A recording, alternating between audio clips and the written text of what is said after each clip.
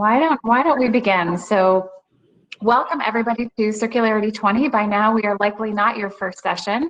This is going to be a rapid fire 25-minute session on one of my favorite topics, which is how do we scale the market for post-consumer recycled content. We are specifically focused on plastics today. And I have the pleasure of being joined by two senior women in the field who are expert and can provide hopefully useful guidance to you as other participants in the industry on how you can help scale the markets for PCR. I will start by introducing them. First, we have Susan Robinson from Waste Management. Susan, maybe you can wave. Susan has worked in the environmental services industry for over 30 years. At Waste Management, she leads the company's sustainability efforts, including environmental policy and advocacy, strategy, and reporting. And she has spent the past 20 years at Waste Management. I'm also joined by Eunice Heath of Dow. Eunice serves as the Corporate Director for Sustainability at Dow.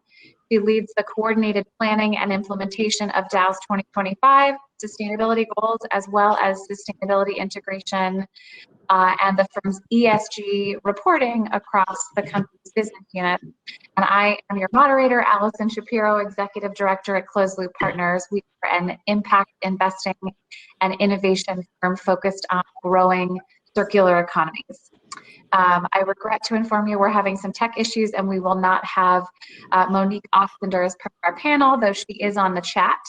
So I see it's going to creep up if you didn't hear me mention this before. Monique Oxender is available to answer your questions by chat, so feel free to ask them to her. Monique runs sustainability for Keurig Dr Pepper, but unfortunately we will not be able to hear her responses live. All right, so Eunice, Susan, why don't we start, Susan, with you? So the first question is, what role does your company play in the value chain for post-consumer recycled material? And then we can go to Eunice. Great, super, thank you. So primarily we collect we collect plastics as part of our curbside recycling programs, as well as from commercial customers. We collect, we sort or process them into separate materials, and then we market them to end markets. The one thing I'll add real briefly to that is we also purchase a lot of material. So when we talk about demand, we have a lot of products that we buy a lot of, and that we're starting to really prioritize the use of post-consumer content when we buy those products, so we can really make a difference in terms of carts and different kinds of clothing made with plastics. So a kind of a broad range of the supply chain. Thank you. And Eunice, what role does Dow play in this market? Yes, and thank you so much, Allison, for this opportunity to be on the panel today. And first of all, say we were the older women. we're more senior. We're both around that 30 years with our companies. So now we're a material science company, and a little over half of our company is our packaging and specialty plastics business. So, Dow, we're a resin producer, and we have a significant role to play in the plastics value chain. What we really bring to the table is technology that goes from packaging all the way to infrastructure. So our technologies cross over many different value chains. We bring material expertise. As we partner with our customers and our brands as they are driving efficient and more sustainable packaging solutions for their products. In the value chain, even though we're a resin producer, we're very upstream, whereas Susan and Waste Management is further downstream in the waste collection side. We are focused on working with our customers with technologies like our recycled ready innovations that we have that enable them to automatically, as they mold the products, to become more recyclable. We also work with our customers in terms of, we have our pack studios, which is around the world, to enable them in real time to see how products that are more recyclable can actually function and perform, and how they perform as well within the manufacturing cycle as well before they actually purchase the resins from us. So that's a couple examples. And then the last one I guess I would use as a different example in terms of how Dow is playing a role in the value chain is, we partner with various organizations, and one, for example, is Bumera.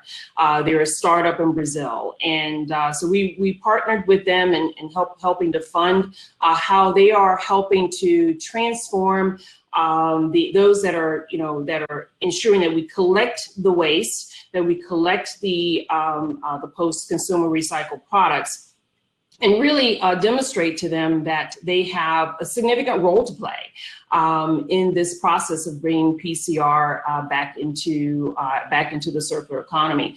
So we have many different roles, but we view that, given the significance of this business to us, that we have a responsibility, and we are taking that seriously in our strategy. Thank you, Eunice. And I'm very happy to report we now see Monique. I hope we can hear Monique. Monique, Chief Sustainability Officer for Keurig Dr Pepper. Monique, what role does your company play in the PCR value chain? Can you hear me? I can hear you. Oh, success. Thank you for waiting for me here today there, patience. Allison, so Monique Oxender, I lead sustainability at Keurig Dr Pepper. And so with that sequence that Eunice just took you through, I guess that puts us at the very tippy top in terms of a brand. And we actually play two roles. So the first role we play absolutely as a buyer. So buying a little bit now and looking to scale.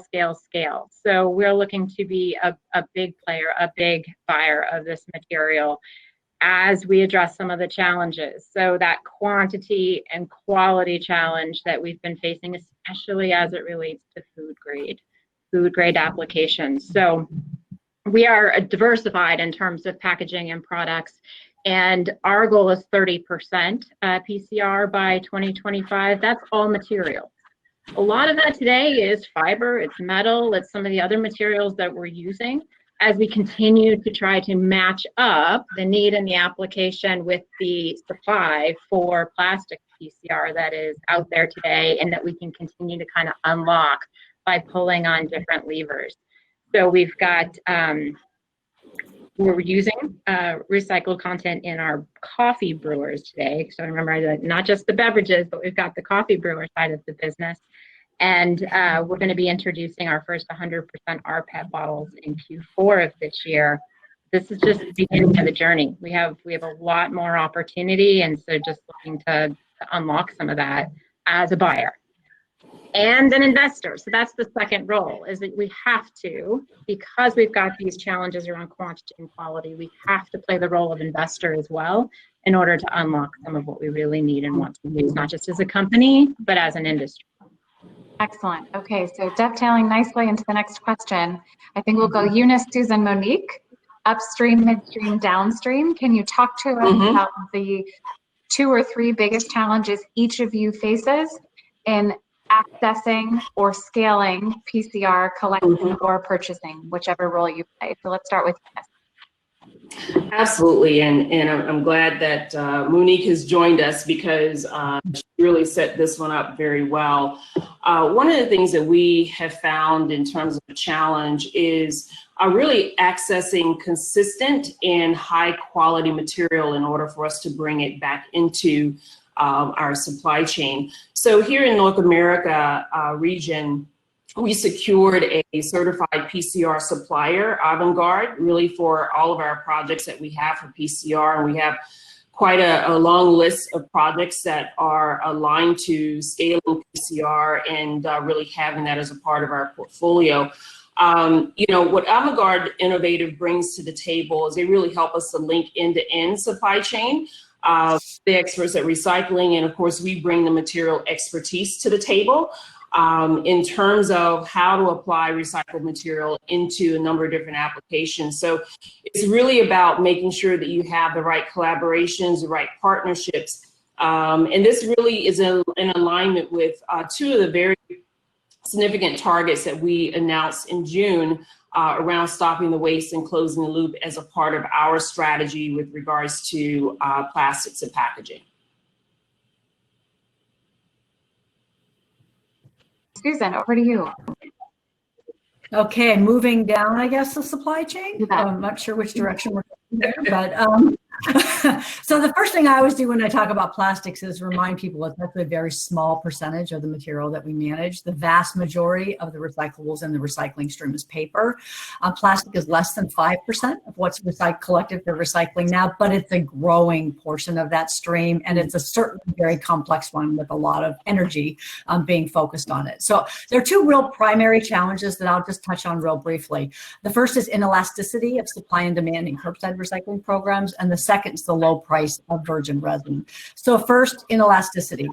Residential recycling is a really unique business model. Okay, we have a brokerage, commercial business, and then we have a residential recycling. It's a business in and of itself. As soon as any material is added to a curbside program, your basic laws of supply and demand go out the window. So think about your recycling cart at home. Did you know that the value of cardboard was the lowest ever after Christmas this year? And did you recycle any less because of that? Or did you recycle fewer plastic water or soda bottles in April because the value of PET was the lowest that it's been in decades?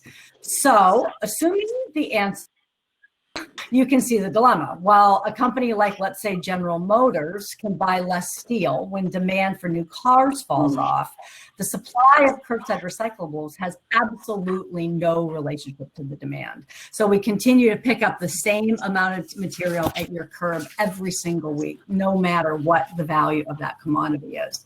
And pausing programs really isn't an option for us at all, and for a company like Waste Management. Then the second challenge for plastic recycling is the low price of virgin resin. So post-consumer resin competes directly with virgin resin. And virgin resin prices are very, very low, and that doesn't appear to be going to change anytime soon. So if you remember that recycling is a manufacturing business and the process relies on cost and process inefficiencies, unfortunately, as long as that virgin resin price is really hard for manufacturers to justify using a lot of post-consumer resin. So corporate goals are great, and they're really, and we'll talk a little later about kind of some of the impacts that they're having, but with low virgin, it's really hard to translate those goals into action because of that price discrepancy. And lastly, I guess that, challenge of adding more supply without increasing demand simply drives down the market value, but it doesn't drive down our costs, which ultimately pushes more costs to municipal customers. So it's a bit of a cycle. And really one of the things we look to then is how to drive that price-driven demand, and that really needs to take a front seat. Great, thank you. Very meaty response. And Monique. Well, I already hit on the quantity and the quality. I mean, if I boil it down, that's our challenges right there.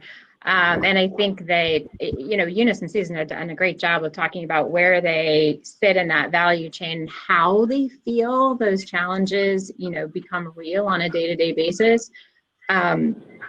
For us, I think that when we work with our brands, when we work with our R&D partners, and we try to find solutions, it comes back to this idea of if we could just get more. And so the investment piece is really important, and something that the entire company has gotten behind, such that just in the last 12 months, we have, launched essentially with partners, so co-founding 2 different collaborations focusing on the materials that are most important to us in that plastics category, so PET plastic and polypropylene plastic, and a material-specific collaboration involving the value chain, all players, so folks like Dow, folks like Waste Management, to enable the connectivity between those, and not just a collaboration of brands or just a collaboration of recyclers, is the route that we're trying to influence and drive in order to get at that pain point, or 2 pain points of quantity and quality. Right. Okay. So Susan and Monique, you talked about the importance of, even though there's an inelastic supply, Susan, the importance of building brand demand for material.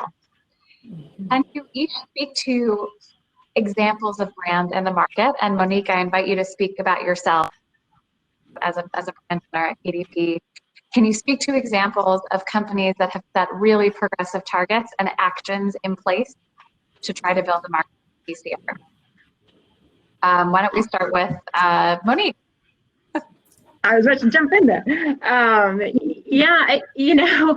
There's that example that's out there where it's one brand building one particular supply chain for one particular product. And I think those actions are important, but they're not getting us there from a scale point of view. And so companies like ours, we're looking for the supply that we can take to scale across an entire range of products and packages, across an entire portfolio, not just a token example. And so in order to do that, there really needs to be more pre-competitive collaboration. And so the two examples that I would, highlight and share with you are the two I just mentioned. With PET, we're holding hands with Coke and Pepsi. So we can go fight in the marketplace, but we're holding hands with our biggest collaborators and competitors there in that space for PET under an initiative called Every Bottle Back with the American Beverage Association. And we're mobilizing a collective $100 million investment to go after that supply. PET has enjoyed a lot of attention over the years and still only enjoys about a 30% recycling rate. So there's so much room for improvement. And it really does necessitate working together in ways that we can, pre-competitively. On the other side of that, polypropylene has not enjoyed that history of attention. It is definitely a popular material in terms of application because it meets a lot of needs from a consumer point of view and a design and sort of functionality point of view. Highly recyclable, there is a demand for it, but not all the connections have been made. Or all the puzzle pieces coming together to ensure that we have not just the use, but the recycling and remanufacturing of that material. So the Polypropylene Coalition, launched very recently under the Recycling Partnership, has been successful in getting the attention of all of the value chain players, like I've been talking about across that entire chain, and mobilizing, from our point of view, it was a $10 million commitment over the next 5 years to really unlock some of that, the value of that material through equipment grants, because better sortation equals better quality bales equals a lot more variety of use and applications and products and packages like ours. Great. Let me hop over to Eunice and then Susan.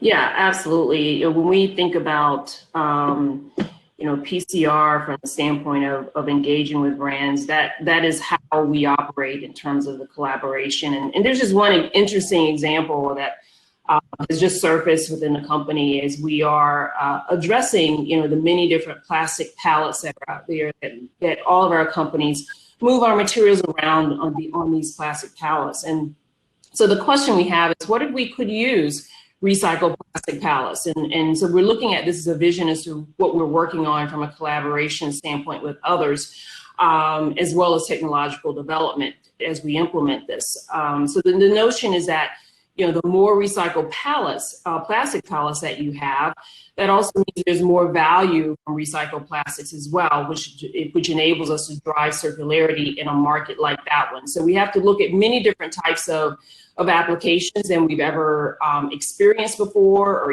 or thought before could be an option in terms of creating that demand, creating different options for PCR for the future. And so it's really around collaboration and connecting the value chains together is really key. Okay, and Susan. Yeah, I can give a couple of examples. I think I'll start with Monique's polypropylene example. We actually, about a year and a half ago, had some of our markets come to us and ask us. They had a demand for more polypropylene. And that really drove us to invest in technology at our recycling facilities to increase our polypropylene recycling. So we've actually put in optical sorters at many of our facilities and have grown our polypropylene recovery over the last couple of years. Even just last year alone, it increased by 10%, and we see that continuing to grow. So you can really see where the demand pull has made a difference.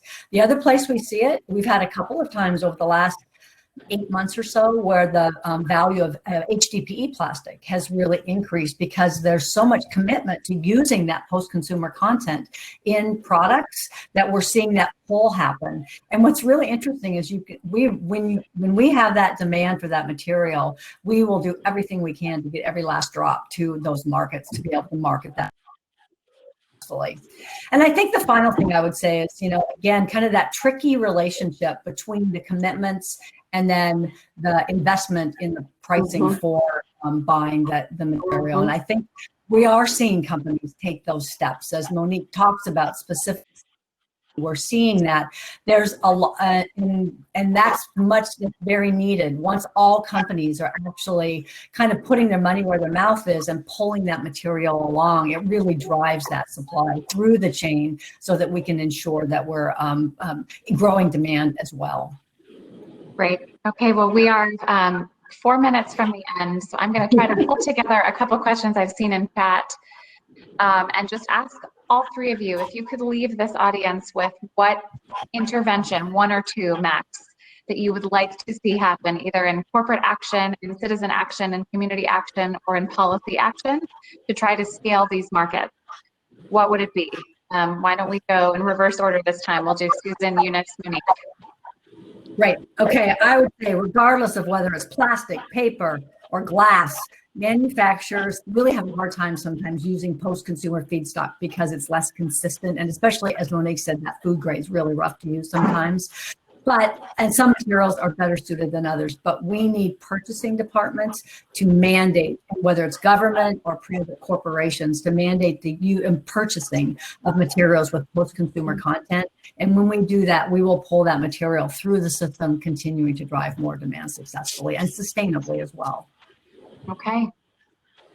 And I will add to that and just simply say that, each and every one of us as consumers has a role to play as we're addressing and closing the loop here with regards to plastics and creating the demand for post-consumer recycled products. And so, our view is we need to really do a better job of helping the consumer understand their role with regards to closing the loop. And it's beyond just putting the product in this recycling bin, but it's also buying those products that have recycled content in them, whether it's textiles, whether it is, packaging products, all the different products that they use every day has an opportunity to be an application that has PCR. So we think that there's an opportunity here. There's definitely growth in scale, and the consumer has a very vital role to play, and we have to help them to understand that. Great. And Monique. Okay, Allison, 2 interventions. 1, wherever you sit in the value chain, get to the table. I have learned so much just in the short time since we've launched the Polypropylene Coalition by having multiple value chain players at the table and not just brands talking to brands, processors talking to processors, et cetera. So don't look to somebody else to solve the problem. Come to the table. It's so important. And the other one is just we need smart policy. We do. I won't get more specific than that. I just think that for smart policy to work and unlock the PCR supply that we all need, there needs to be a level playing field between the, just making it as easy to recycle as it is to throw something away. Great. All right. Well, we have 1 minute to go, and I'll just close by thanking all of our panelists, thanking all of our participants, inviting those in chat for submitting your questions. We see them even though we weren't able to get to all of them. And please feel free to take a post-panel poll to let the Green Biz know if you enjoyed this and what you'd like to hear more of. So on that note, stay healthy and safe and come to the table. Thank you. All right. Thanks, everybody.